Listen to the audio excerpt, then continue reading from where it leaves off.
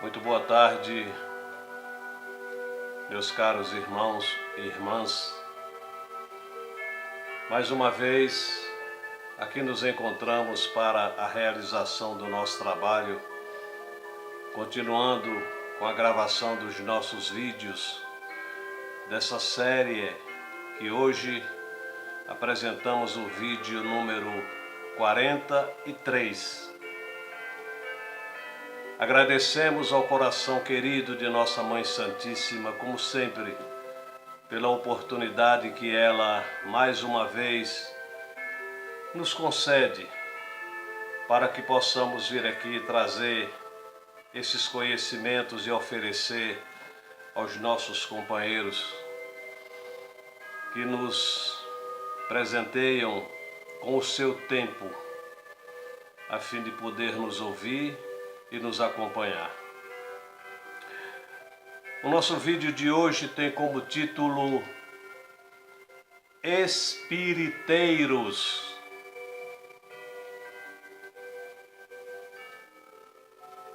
É um artigo publicado pela Federação Espírita Brasileira, do Richard Simonetti, em março de 1992, página 10, do Rio de Janeiro. A Federação publicou esse artigo extremamente interessante para todos nós. Inicia-se assim, abre aspas. Primeiramente, uma pergunta que foi retirada de O Livro dos Espíritos, da questão 195, Transmigrações Progressivas, e respondida pelas entidades espirituais.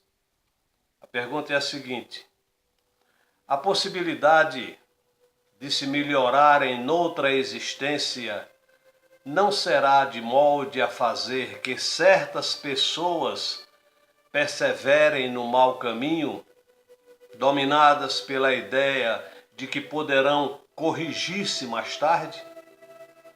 E eles responderam: aquele que assim pensa, em nada crê, e a ideia de um castigo eterno não o refrearia mais do que qualquer outra, porque sua razão a repele, e semelhante ideia induz à incredulidade a respeito de tudo. Se unicamente meios racionais se tivessem empregados para guiar os homens, não haveria tantos céticos.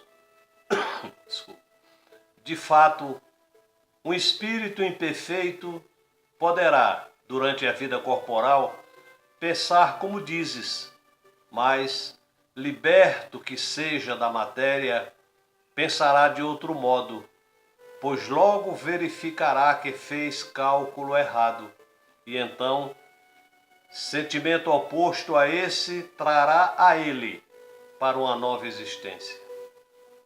É assim que se efetua o progresso, e essa a razão por que, na Terra, os homens são desigualmente adiantados.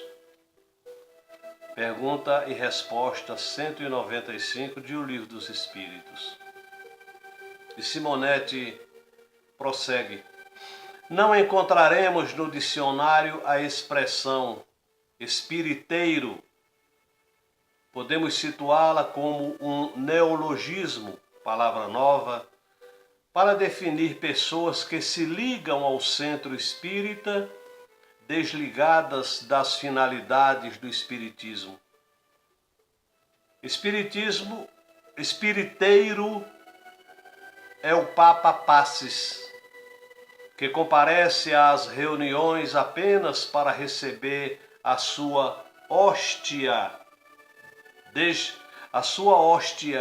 depuradora, representada pela transfusão magnética. Frequentador assíduo de consultórios do além, grupos mediúnicos que se formam apenas para receber favores espirituais, não consegue compreender que o espiritismo não é mero salva-vidas para acidentes existenciais nascidos de sua própria invigilância. Refratário a qualquer compromisso que imponha disciplina de horário e assiduidade, alega absoluta falta de tempo, sem atentar a um princípio elementar.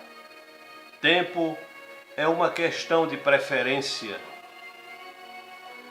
Kardec fala dos espiriteiros em O Evangelho segundo o Espiritismo, no capítulo 17, item 4. Abre aspas. N'alguns, ainda muito tenazes são os laços da matéria para permitirem que o espírito se desprenda das coisas da terra. A névoa que os envolve tira-lhes a visão do infinito, donde resulta não romperem facilmente com os seus pendores, nem com os seus hábitos, não percebendo haja qualquer coisa melhor do que aquilo de que são dotados. Tenha a crença nos espíritos como um simples fato, mas que nada ou bem pouco lhes modifica as tendências instintivas. Numa palavra, não divisam mais do que um raio de luz, insuficiente para guiá-los e a lhes facultar a vigorosa aspiração que lhes sobrepuja as inclinações. Atêm-se mais aos fenômenos do que à moral, que se lhes afigura sediça e monótona. Pedem aos espíritos que incessantemente os iniciem em novos mistérios, sem procurar saber se já se tornaram dignos de penetrar os arcanos do Criador. Esses são os espíritas imperfeitos, alguns dos quais ficam a meio caminho ou se afastam de seus irmãos em crença, porque recuam ante a obrigação de se reformarem, ou então guardam as suas simpatias para os que lhes compartilham das fraquezas e das prevenções. Diz o Simonetti: tive um amigo espiriteiro, um bom vivant, dado a aventuras extraconjugais e viciações. Embalado pelo comodismo, surdo e cego aos princípios espíritas que dizia esposar, justificava assim sua posição. Temos milênios pela frente, nos domínios da eternidade. Retornaremos incontáveis vezes ao educandário terrestre. Por isso, não há pressa. O que não fizer hoje, faço amanhã. Além do mais, ninguém é de ferro. Disciplina demais é tirania do cérebro sobre o coração. Como ensinava Jesus, o espírito é forte, mas a carne é fraca. Homem que sou, não posso furtar-me às contingências do mundo. Incrível! Uma observação tão séria de Jesus, em circunstância dramática, é vulgarizada com inversão de seu significado para justificar os desatinos de um espiriteiro, diz Simonetti.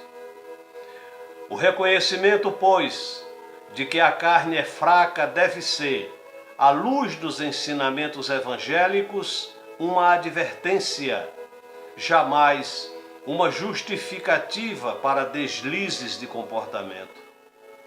Textualmente, segundo Marcos, capítulo 14, versículo 38, diz Jesus, abre aspas, vigiai e orai, para que não entreis em tentação. O espírito, na verdade, está pronto, mas a carne é fraca. Fecha aspas.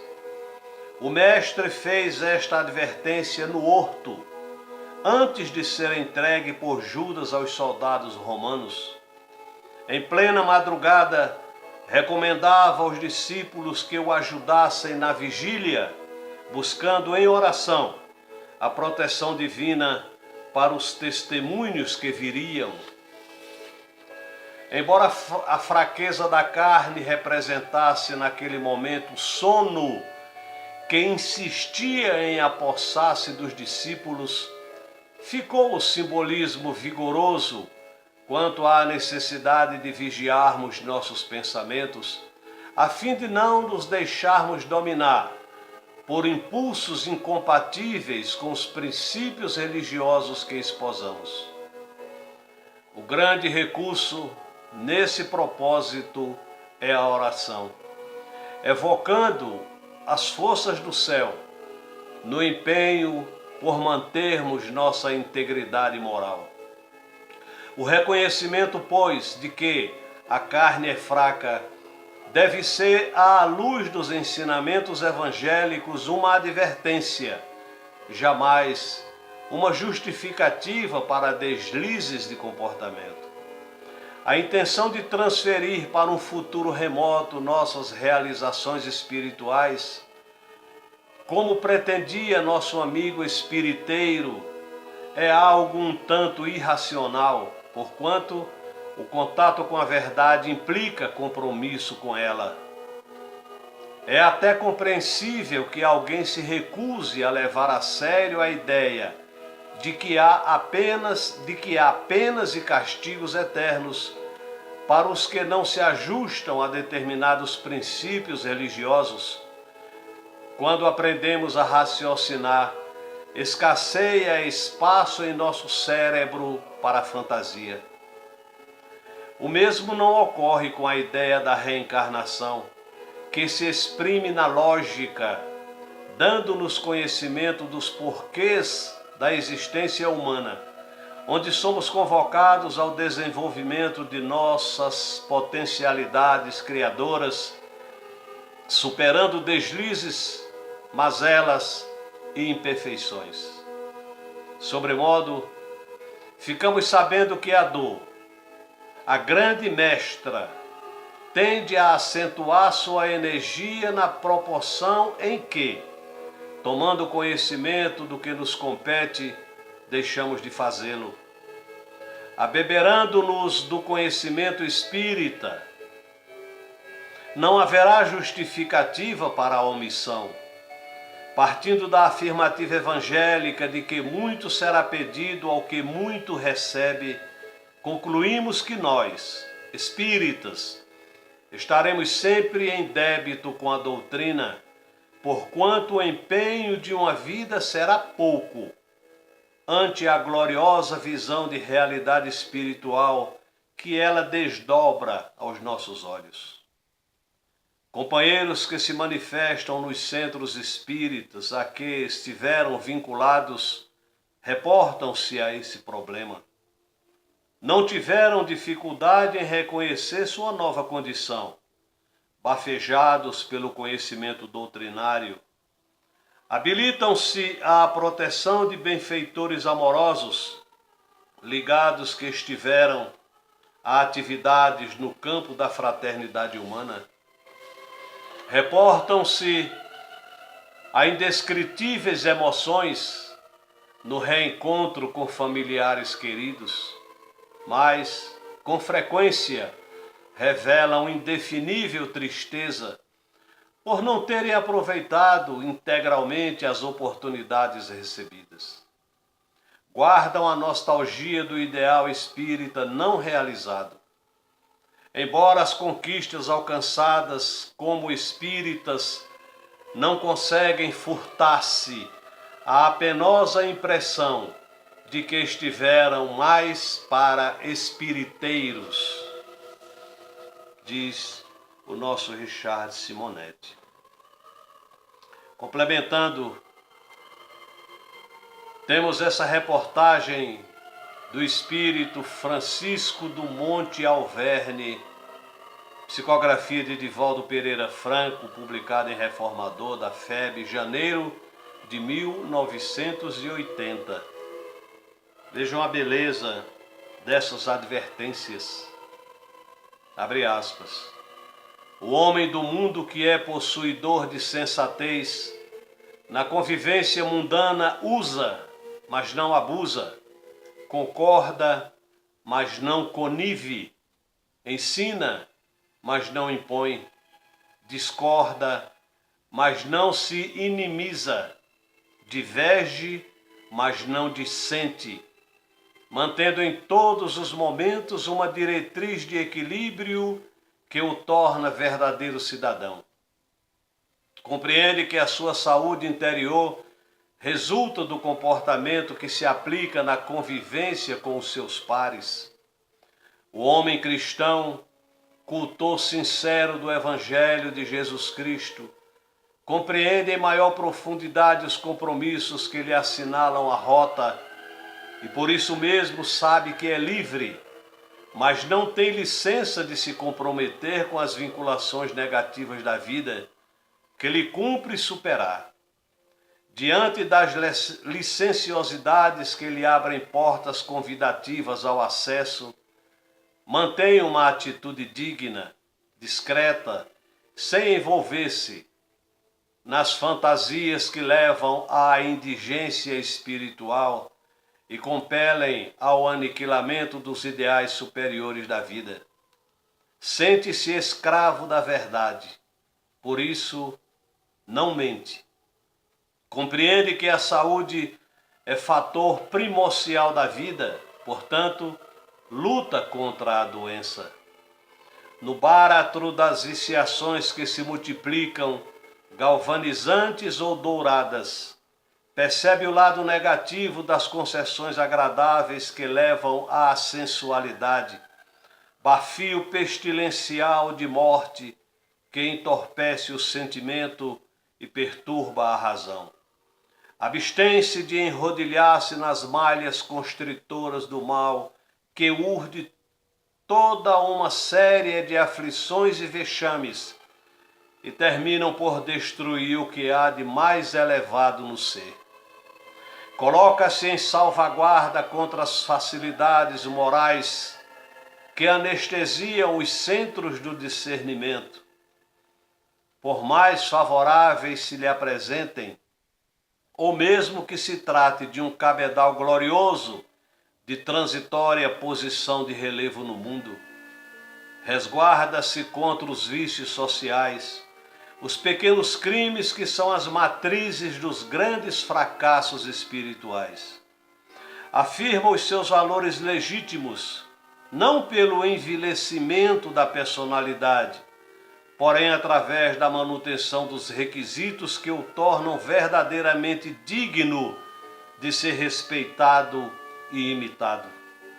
Não aquece diante da mentira, da inveja, da embriaguez, da concupiscência, da calúnia, dos tóxicos, estabelecendo uma normativa de comportamento que lhe constitui a couraça de segurança, ao mesmo tempo abrindo as portas da liberdade por onde avança resoluto na marcha que o conduz à paz. Enquanto medram as licenciosidades que vão, pouco a pouco, dominando o homem e a sociedade odiernos, o cristão verdadeiro sabe que a sua segurança é Deus, seu melhor amigo, o Cristo, seu roteiro de saúde é o Evangelho, sua definição é o bem, sua metodologia é a caridade, sua salvação é o amor. Sem qualquer pieguismo ou manifestação de covardia moral, estabelece um estado de paz interior que os conflitos e as convulsões de fora não conseguem invalidar. Caracteriza-se a degenerescência de um povo, a queda de uma comunidade, pela incursão aberrativa das permissividades morais que nele se instalam.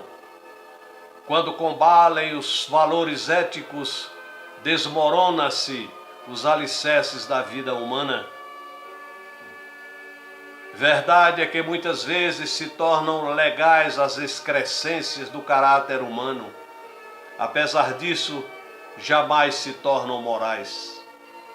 Aqueles que compactuam com as licenciosidades douradas são também criminosos, que se unem para os homicídios recíprocos da vida interior. Enquanto vibram estonteantes em sensações enganosas, as expressões do prazer, na atualidade do sexo que tresvaria, vão fazendo do homem um feixe de instintos animalizantes e da mulher um objeto de uso indiscriminado.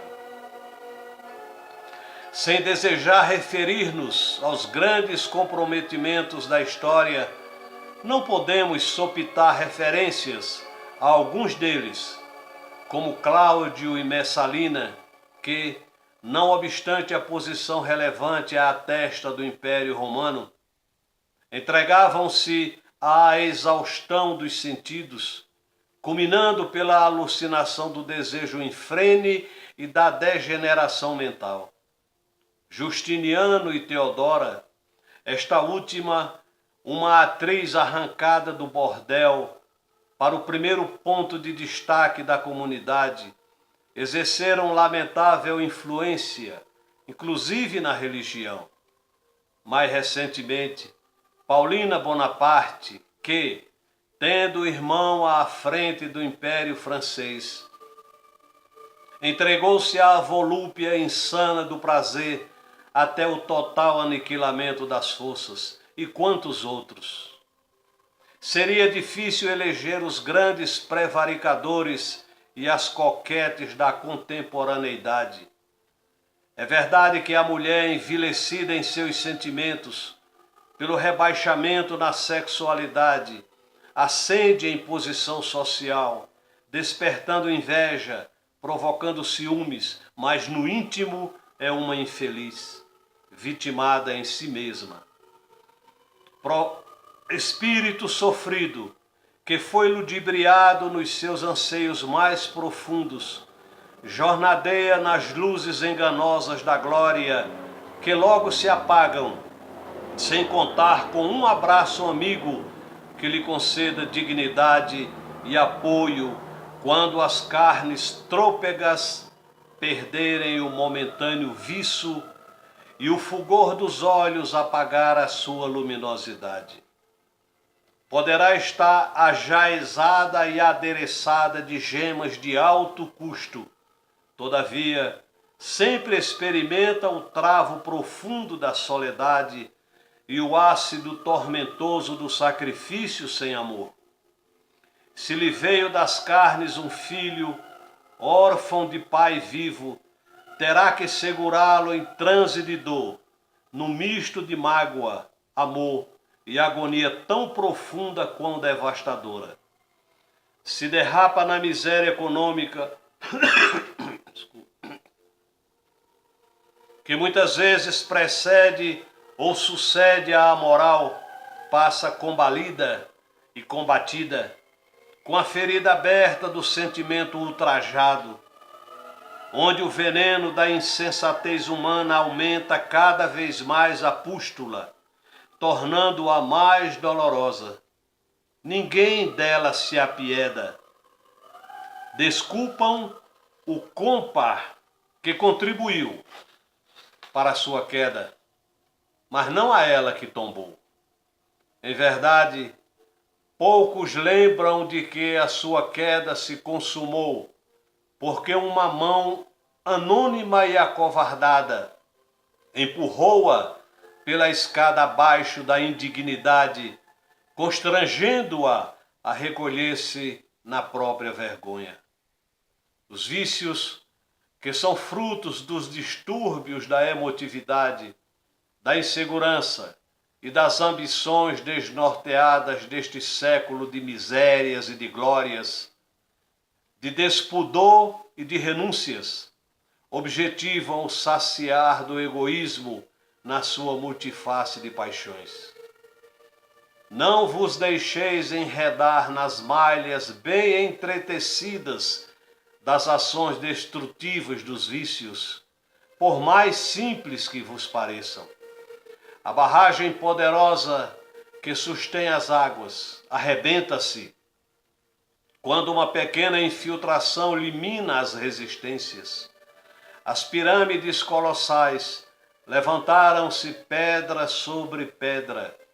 A escada da degradação dos costumes começa no primeiro passo para baixo e não encontra fundo, porque quem cai moralmente e se deixa derruir tomba sempre um degrau a mais.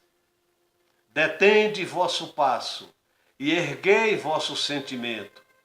O melhor conselheiro do ser é a consciência tranquila.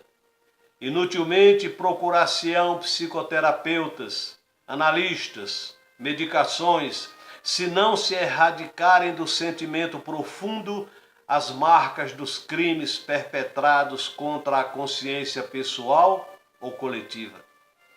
Analisai o Evangelho, comprometendo-vos com ele, e, livres como sois, não useis da vossa licença para destruir a oportunidade da atual reencarnação.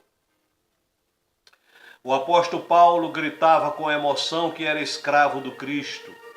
João da Cruz, o místico espanhol, entregando-se totalmente ao mestre Galileu, tornou-se o protótipo do Senhor de si mesmo. E Teresa d'Ávila, que com ele compartia as excelências espirituais, escreveu emocionada: "Me muero porque não muero. A sofrer porque não morrer para ela constituía verdadeiramente uma forma de morte." O homem que encontra Jesus e que o segue rompe a grilheta que o ata aos vícios dissolventes, sempre nocivos ao coração. Avançar com o espírito estoico no rumo da felicidade íntima, através da retidão de caráter e da preservação dos costumes, é a diretriz que vos chega com o objetivo de edificardes no mundo uma humanidade melhor, onde todos encontraremos a verdadeira paz hoje ou amanhã. Francisco do Monte Alverne. Eu fico por aqui agradecendo aos companheiros pela atenção dispensada e rogando a nosso Senhor Jesus Cristo que abençoe os vossos lares, vossos familiares, e Nossa Mãe Santíssima estenda sua mão sagrada sobre o vosso coração e da vossa família. Não nos esqueçamos nunca, meus amigos, nunca. Nós somos luz, somos filhos da luz, e para essa mesma luz haveremos de retornar um dia. Graças a Deus, que assim seja.